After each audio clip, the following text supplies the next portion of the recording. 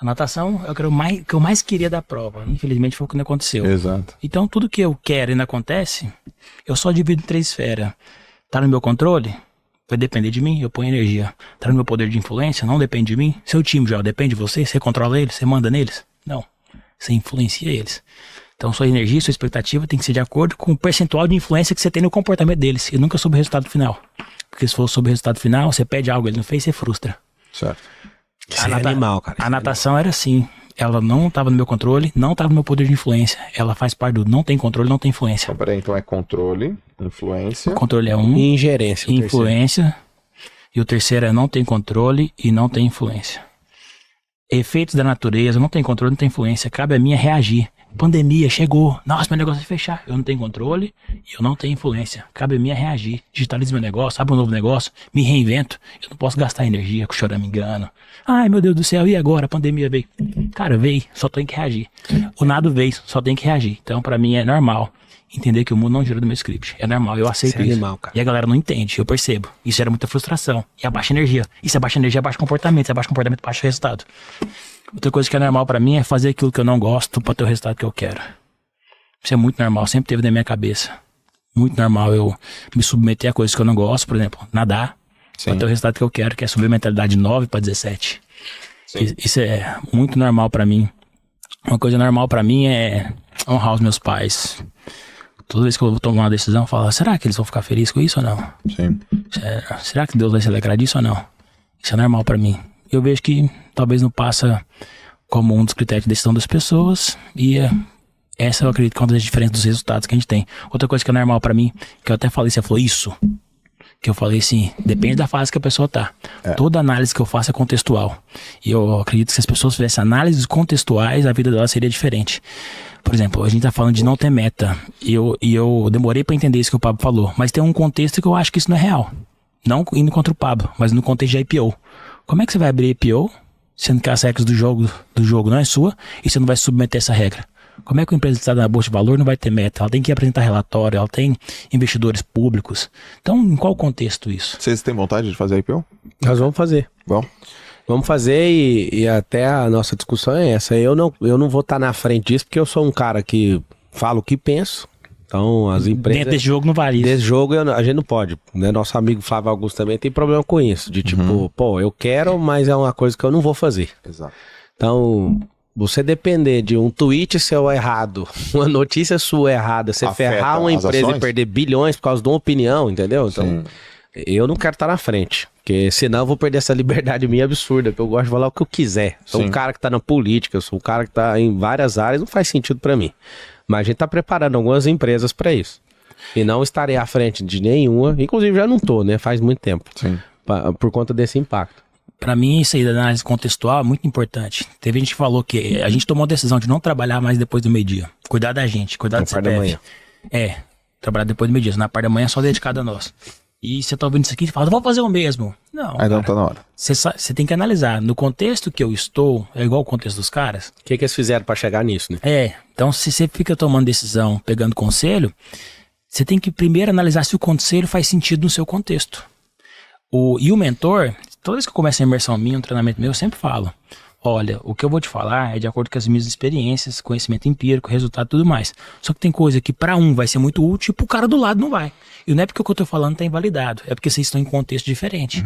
Então, dependendo do aconselhado, muda o contexto. E num podcast como esse, é 3 falando pra centenas de milhares ou pra milhões. Então, vai ter coisa que vocês vão ouvir do Joel que faz sentido pra um, não faz pra outro. Pra mim, que você vai ouvir de mim, faz sentido pra um, não faz sentido pra outro. Então, pra mim é normal. Minha cabeça sempre escuta algo de alguém, pode ser a maior referência no assunto. Eu falo, peraí, no meu contexto, na minha realidade, faz sentido ou não faz? Aplico ou não aplico? E, por isso, na minha vida, eu desobedeci muito dos meus pais. E não por querer afrontá-los, de maneira alguma, mas é tipo assim, pô, o contexto da minha mãe é da cabeça lá de 1970, o que ela tá falando não faz sentido mais agora em 2010. Certo. Mãe, tá bom, mãe, obrigado. Virar as costas faria diferente. E fiz diferente. E não é por, não é isso, é porque ela tá no contexto errado. Então minha cabeça é contextual, isso é normal pra mim, eu vejo que não é normal pras pessoas. E vejo que dá muita diferença, sacou? Eu quero voltar num papo aqui massa, tem 2. Que é, já que você não cobra meta, se vocês cobram algo, essa é a primeira pergunta. Comportamento. A segunda que ficou aberta aqui, um gap, que acho que é legal fechar, é que você falou, todo desafio novo revela um desafio, um bloqueio. Um bloqueio antigo. Quais foram, se vocês puderem falar, o bloqueio que foi, sei lá, vocês descobriram, destravado e assim por diante? Eu vou falar o meu. Eu treinando todo dia, eu pensei o tanto que eu sou preguiçoso. Eu era, né? Eu usei essa prova pra deixar isso de lado. Aí você fala, preguiçoso que jeito? Acordando todo dia 4h59 da manhã, fazendo tudo que você faz e tudo. É porque eu não meço pelo comportamento mediano. Eu meço pela capacidade geradora de riqueza que eu carrego.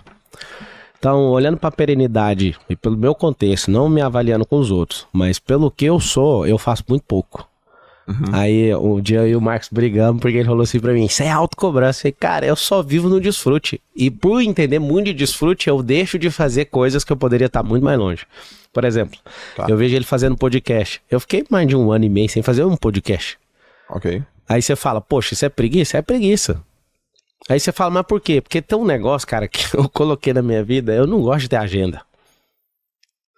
Eu não gosto de andar com um relógio o tempo inteiro, olhando quantas horas são.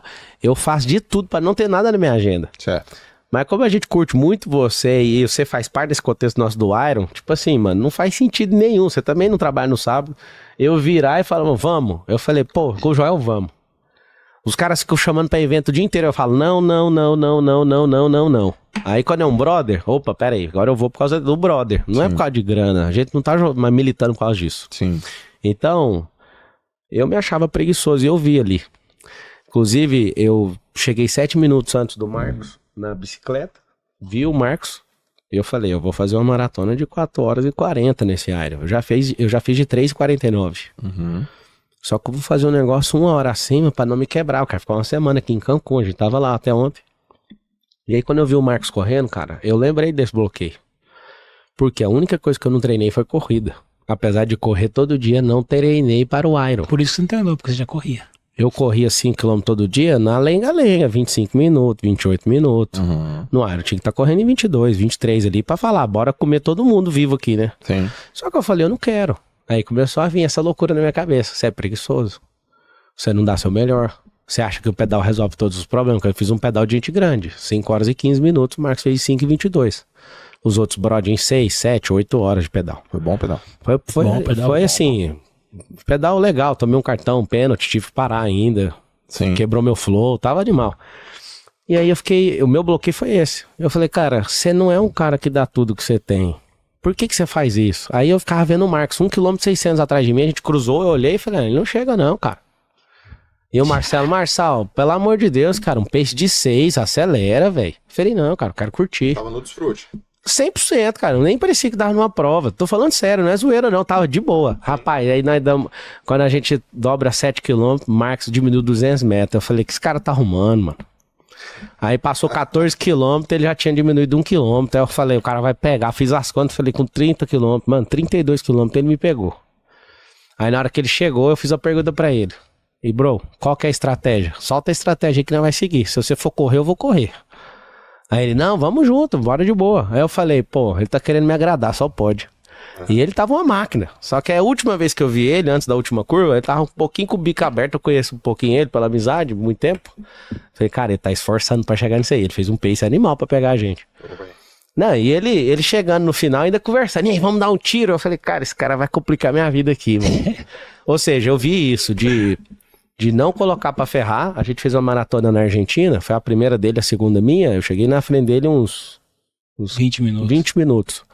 Só que, tipo, sabe essa parada? Essa gestão de recurso e de energia pra mim é tão forte que eu falei, cara, não compensa eu pôr pra fuder aqui. Não tá valendo vaga em mundial. Já acabou esse negócio da vaga. Os caras tá tudo muito doido. Eu tava acompanhando ali. Quando eu percebi que o Marcos chegou, aí esse bloqueio aflorou. Eu falei, cara, pra que ser preguiçoso desse tanto? Aí eu ficava brigando com essa gestão de recursos. Tipo, pô, isso é legal, hein? Será que rola eu pôr pra fuder aqui? O ROI não é alto, cara.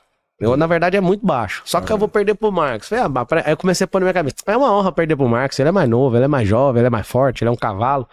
Aí ele decidiu, cara, vamos passar junto. Eu perguntei, quer correr ou quer passar junto? E eu tava prontinho esperando, tipo, vambora, vamos pôr pra fuder, né? Só que aí a gente terminou junto.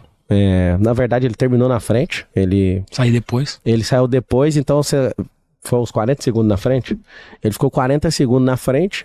E ali foi revelado esse bloqueio meu de pela minha capacidade geradora de riqueza, o tanto que eu deixo esse negócio inativo, sabe? Que eu poderia ser uma máquina num nível assustador. Só que as pessoas estão ouvindo, vão ficar assim, pô, Pablo, mas você é um cara... Sim. Cara, você não avalia a vida de alguém comparando com a sua. Sim. Uma coisa que vai curar a sua alma é avaliar a sua vida com aquilo que você carrega, com aquilo que Deus pôs aí dentro, com o tanto de energia que você já liberou. É isso que você tem que avaliar. Você tem que avaliar o Marcos pela capacidade geradora dele. Nunca se avalie pelo dinheiro que você tem no banco. Se você avaliar pelo dinheiro que você tem no banco, vai acontecer duas coisas. Se tiver muito, você vai parar. E se tiver pouco, você vai sempre se culpar achando que você é um bosta. Uau. Você tem que olhar para sua capacidade geradora de riqueza, sua perenidade, sua potência. A cadência e a potência para chegar a algum lugar. Um monte de gente gostaria de estar nos eventos do Joel e não tá porque fala assim, eu não tenho dinheiro. Fala ou não fala, Joel? Um monte. Ela fala porque ela não entende a capacidade geradora de riqueza que ela carrega. Que é o quê? O conhecimento, as habilidades, a experiência, os destraves, o network que a pessoa tem, o que ela pode gerar de valor, ela não avalia isso dentro dela. Então eu vi isso, bloqueei lá e falei pro Marcos. Teve gente que fez o Iron com a gente, que o olho deles fica assim, né? Eu não quero nunca mais mexer com isso. Vários. Sim. Eu e o Marcos já saímos de lá, vamos pra Austrália. Aí a data não tá batendo que a gente vai pra África. Então, não dá pra ir nesse? Não. Então vamos em qual? Vamos nos Estados Unidos? Vamos... A gente já tá caçando o próximo aero, cara. Porque, tipo assim, a gente não quis ir lá esbarrar no aero. A gente quer o lifestyle disso pra depois ir pro próximo. Eu virei golfista. A gente fica indo caçando coisa. Piloto de carro. E você... Qual bloqueio foi revelado lá? Cara, seguinte, eu fui olhar pela lógica, não era pra eu estar aqui, saca? Tipo, eu tinha medo de sangue, eu desmaiava toda vez que eu via sangue, já desmaiei umas 25 vezes tirando sangue, ouvindo história de acidente, plá, desmaiava. Dentro do metrô, um dia você desmaiei dentro do metrô, várias vezes, assim, na rua e tal. E eu perdi o medo de sangue, eu mesmo faço autoterapia em mim. Tá. Eu tinha medo de falar em público, falo pra caramba, evento com 10, 15 mil pessoas, 40 mil pessoas, já falei de boa, falo toda semana, 2, 3 palestras. Não era pra eu falar em público. Eu tinha medo do Michael Jackson quando era moleque, se eu visse ele, minha mãe tinha que dormir com medo. Tinha que dormir comigo, olha que loucura. É até zoado, né? Eu fui criado, sei lá porquê, mas acho que a maior parte das pessoas é medrosa com muita coisa, né? E eu tinha medo de água, porque eu já afoguei. Então pra mim foi uma puta superação nadar. E aí ficou mais claro ainda que a diferença daquilo que você tem medo para aquilo que você pode vencer é algumas horas. Eu olho no Garmin, eu tenho 30 mil metros nadados só. É pouco, né? 30 mil metros nadados. 30 km. 30 km. Tá. E a prova é 3.8. Ou seja, eu fiz a distância da prova 10 vezes pra aprender a fazer ela. E me senti confiante, que eu nadei 4 mil lá em São Sebastião, sem pôr o pé no chão, sem boia, sem nada. Sim. E aí foi, uau, consigo fazer essa merda, caramba. Falei, vocês vão ter que me engolir, esse área vai ter que me engolir. Então pra mim foi muito massa vencer isso e ficou cada vez mais claro, né? Pelo meu histórico, que tudo aquilo que eu tinha medo eu venci. Então, eu sei que eu sou um caçador de medo agora, saca? Tudo que eu tenho medo. Tudo que eu tenho medo eu quero ir lá e espancar a cara dele. O Iron consagrou isso na minha cabeça. Isso foi muito bom. Outra coisa que eu vi é que eu conheci um Marcos Paulo que eu não conhecia. E quando você faz um Ironman, você conhece um Joel J que você não conhecia, conhece um Pablo Marçal que você não conhecia. E eu percebo que, tipo, vai parecer idiota pra quem não vive os treinos. Pra quem vive os treinos vai entender. Você treinar pra um Ironman e trabalhar e ter família e não sei o quê, seu dia parece que ele vira 48 horas. Você pensa em todos os detalhes. Vou sair pra treinar agora? Tá, eu vou correr, mas eu tenho que pôr o tênis na mochila, eu tenho que pôr a meia na mochila, depois eu vou nadar. Então eu tenho que pôr o palmar, a sunga, o óculos, o filtro solar, tem que pôr uma sacolinha pra não molhar minha mochila e meu computador. Você tem que desenvolver uma capacidade de logística tão grande dentro do seu dia pra você poder alimentar bem, dormir bem, fazer todos os treinos. E se você esquece uma sunga ou um óculos na natação, você fala, puta que pariu, vou ter que voltar lá na minha casa pra depois voltar pro clube pra nadar, vou perder meia hora do meu dia. Demais, cara. Você fica louco. Então eu passei a valorizar os segundos treinando para o Ironman. Eu conheci um Márcio que eu não conhecia em gestão. Esse olha pro meu resultado, eu sou um bom gestor. Mas o Ironman foi pra um outro nível, de logística e gestão. E aí eu paro pra pensar, eu falo, pô, fiz o Ironman, treinei aqui 43 dias. Eu pego essa capacidade que eu desenvolvi para poder fazer o Ironman, treinar, e essa disciplina que eu tive para fazer esse percurso aqui e bater esse alvo que é fazer o Ironman, passar na linha de chegada. E a Glória não é passar na linha de chegada, eu posso falar disso depois. A Glória, pô, acho que a Glória é terminar o Ironman. Não é, tá totalmente equivocado quem pensa isso. Eu falo, pô, se eu pego meu Instagram agora e coloco a mesma energia, a mesma força, o mesmo foco, em 30 dias meu Instagram é um dos mais top do Brasil. Pronto. Se eu pego essa energia para poder falar, pô, vou subir muito mais meu nível de palestrante. Se eu pego essa energia, essa dedicação pra qualquer coisa que eu quiser, eu vou pra um novo nível. Então eu percebo que transmutar isso essa dedicação, energia, logística, capacidade